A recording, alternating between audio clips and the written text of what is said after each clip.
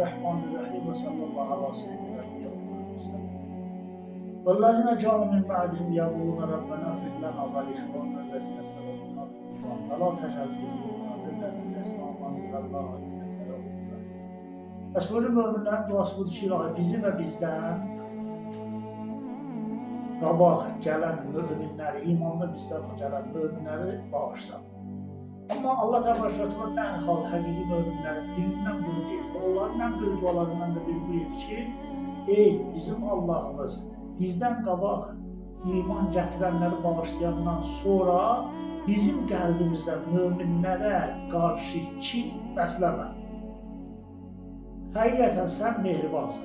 Bu ayənin maraqlı cəhətlərindən biri buradadır ki, bu cür buyurur ki, fəla təzəl fî qulûbinâ ghillen. Bizim qəlbimizdə kin yaradılır. Baxın mənim əzlərim. Biz elə bilirik ki, bir də hissəsi də həqiqətdir. Məsələn, dəyişdiyin gözəlliyi onun nemətlərindədir. Təbii dəyişdiyin gözəlliyi onun nemətlərindədir. Amma dəyişdiyin gözəlliyi, ən böyük gözəlliyi dəyişdə insan qəlbində paxıllığın və kinin olmamasıdır. Bizi təsəvvür dünyada insan çox böyük bir dənə qəsrdə yaşayır. O qəsrin içərisində bütün nazı nemətlər olar.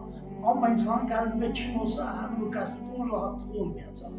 Odur ki, Quranda da ayə var, Peyğəmbərdə də rivayət varımızdır ki, dəyişdin girəcəyində bir dənə bulaq var, o bulağın suyundan içəndən sonra möminlərin qəlbindəki kin gedəcək və onlar cənnətə daxil olacaqlar. Və ayədən bunu istifadə eləmək olur ki, əgər biz dünyada istəyirik ki, dünyanı özümüzə cənnətə çevirək və dünyada xoş yaşayaq, rahat yaşayaq, həyatımızdan və ibadətimizdən ləzzət alaq, kiməsə qarşı qəlbimizə kin bəsləməməliyik.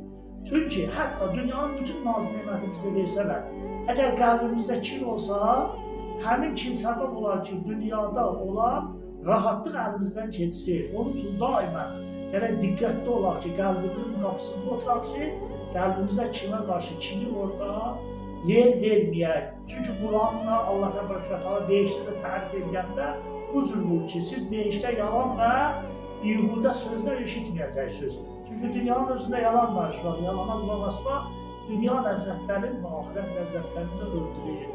Əssalamu aleykum və rəhmətullah.